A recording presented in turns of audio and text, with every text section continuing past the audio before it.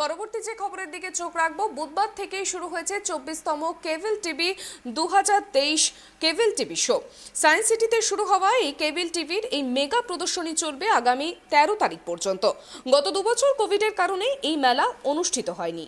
দেশ ও সার্ক অন্তর্ভুক্ত জেলাগুলো দেশগুলির মধ্যে অন্যতম বৃহৎ ডিজিটাল কেবল টেলিভিশন, ব্রডব্যান্ড এবং ওটিটি ট্রেড শোতে অংশ নিয়েছে দেশ বিদেশের অসংখ্য প্রযুক্তিগত পণ্য উৎপাদন, পরিষেবা এবং সমস্যার সমাধান সংক্রান্ত কেবল টিভি ইন্ডাস্ট্রির বিভিন্ন সংস্থা।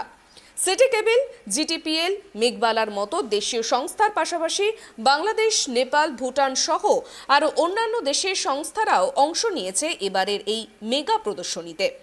মেলায় রয়েছে 100টিরও বড় স্টল এবং 28টি প্যাভিলিয়ন।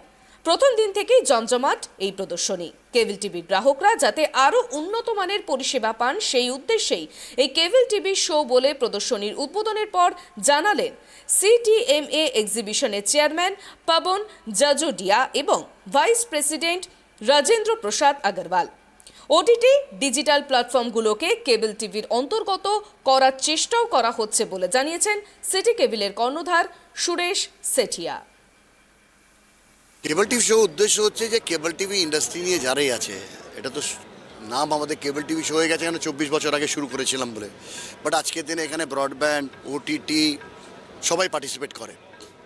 আর এই পার্টিসিপেশনের মূল উদ্দেশ্য হচ্ছে যে টেকনোলজি আগামী বছর কোথায় যাচ্ছে সেটা লোকে আজকে জেনে তারা যেন তৈরি হতে পারে, ওই প্রস্তুতির জন্যই এক্সিবিশন।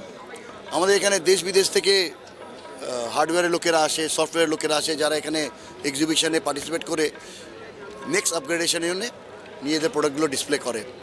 এখানে আবার কেবল অপারেটর আসে, তারা দেখতে চায় নেপাল থেকে, ভুটান থেকে, বাংলাদেশ থেকে প্রচুর কেবল অপারেটর আসে, যারা এই টেকনোলজি নেক্সট আগামী বছর কোথায় আছে সেটার জন্য নিজেকে প্রস্তুত করতে হবে।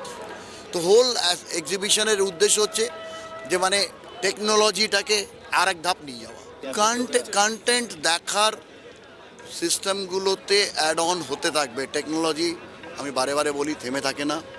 আর যেহেতু টেকনোলজি থেমে থাকবে না, কন্টেন্ট দেখার যত রকমের একটা কনজিউমার রিকোয়ারমেন্ট, আপনি হয়তো গাড়িতে বসে দেখবেন, কেউ হয়তো বাড়িতে বসে দেখবে, কেউ ফ্লাইটে বসে দেখবে, তো যখন যেখানে দেখবে সে কন্টেন্ট যেন দেখতে পারে, তার জন্যই সবাই ওয়ার্ক করি।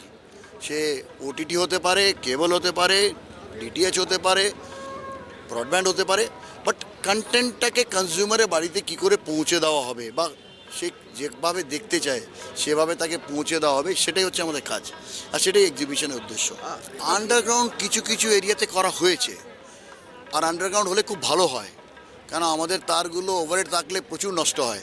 তো আন্ডারগ্রাউন্ড হলে আমরা খুব খুশি হব, কিন্তু আমাদের শহরটা এত বড় যে ওইখানে আন্ডারগ্রাউন্ডটা অত ইজিলি হবে না। তো আমরা কি করছি, যতগুলো জায়গাতে আন্ডারগ্রাউন্ড গভর্নমেন্টের সাথে মিলে করা যেতে পারছে করছি, আদারওয়াইজ ওভারহেডগুলো ঠিক করছি। আমাদের একটা সমস্যা কী বেড়েছে না, কেবল টিভির তারগুলো খুব পাতলা, খুব অল্প। এখন তো টেলকোজের তার বিশেষ, জিও বলুন, এয়ারটেল বলুন, ভোডাফোন, মোটা মোটা তার রোল করে ল্যাম্পপোস্টের উপরে ওয়েল্ডিং করে লাগিয়ে দিয়েছে, কেউ ওখানে লাগিয়ে দিয়েছে, সে তারগুলোই লোড বেশি নিচ্ছে। আর সে তারগুলোর গভর্নমেন্ট হয়তো পারমিশন দিয়েছিল আন্ডারগ্রাউন্ড, তারা ওভারহেড করছে। তো গভর্নমেন্ট ওই তারগুলোকে যদি আন্ডারগ্রাউন্ড করাতে পারে, তাহলে আমার মনে হচ্ছে 90% কেবল আন্ডারগ্রাউন্ড এমনি হয়ে যাবে। কেবল টিভি শো যে আমরা করি 1996-এ আরম্ভ করেছিলাম, এটা 24 শো। 2020 পরে 21 আর 22 আমরা কোভিডের জন্য করতে পারিনি।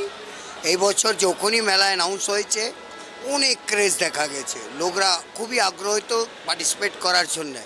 এই জন্যে আমরা 20% স্পেস বাড়ালো। তারপরে খুবই দুঃখিত কি আর সবাইকে জায়গা তবেও দিতে পারলাম না। এই মেলার করার উদ্দেশ্যটা সেটমার একটাই আছে কি আমরা একটা প্ল্যাটফর্ম তৈরি করে দিই, যেখানে কি ম্যানুফ্যাকচার, ইম্পোর্টার বা রিসেলার বা উপভোক্তা যে আমার কেবল অপারেটর ভাইরা ওটা জানতে পারে কি নতুন টেকনোলজি কি আসছে। এই হ্যাঁ, তো জিনিসটা ওইটাই, ওই নিয়ে আমরা এটা মেলা করি, এই উদ্দেশ্যটা আমাদের বাংলাদেশ থেকে মোটামুটি 500 লোক আসছে, আর শুনছি অনেক বেশি লোক ভুটান থেকে আর নেপাল থেকে আসছে, যা লিমিটেড আসতো কিন্তু এবার বেশি আসছে। দেখি কী হয়। আমাদের টোটাল 128 স্টলস অ্যান্ড 24 প্যাভিলিয়ন্স আছে, আমাদের 100 পার্টিসিপেন্টস আছে। কেবল টিভি শো বিগত 24 বছরে আমরা মেনলি কেবল টিভিকে ফোকাস করতাম। এবছরও কেবল টিভি জিনিসপত্র রয়েছে, তার মধ্যে মেনলি সেটআপ বক্সটা আছে। সেটআপ বক্সটা কতটা উন্নত মানের লাগানো যায়, কেন আজ থেকে 5 বছর আগে যে সেটআপ বক্সগুলো ছিল বা 4 বছরের আগে যেগুলো ছিল সেগুলো সব কোম্পানি প্রায় এখানে রিপ্লেস করে দিচ্ছে, দিয়ে আধুনিক যে এসছে তার ছবি কোয়ালিটি অনেক ভালো এবং ডিজিটাল আছে, অনেক বক্সের ফেসিলিটি আছে রেকর্ডিং করার। এই ধরনের বক্সগুলো মেনলি এখানে দেখানো। আর টেকনোলজি ওয়াইজ বলবো যে ইন্টারনেটে যুগ এখন, কেবল টিভির কানেকশান যা আছে সেরকমই আছে, কিন্তু মেনলি কানেকশান যেটা লোকে নিচ্ছে সেটা ইন্টারনেটে, এবং ইন্টারনেটের প্লেয়াররা অনেক চলে এসছে, বড় বড় কোম্পানিরা এর মধ্যে ঢুকে পড়েছে। এখন আমরা যারা বিগত ধরুন 1987 কেবল টিভি স্টার্ট হয়েছে, এই ইন্ডাস্ট্রিতে আমরা রয়েছি তখন প্রথম থেকেই।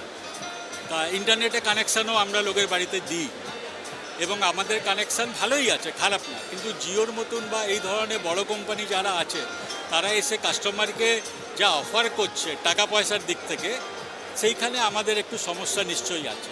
কিন্তু টেকনোলজি ওয়াইজ আমরা কিন্তু কোথাও পিছিয়ে নেই তাদের থেকে।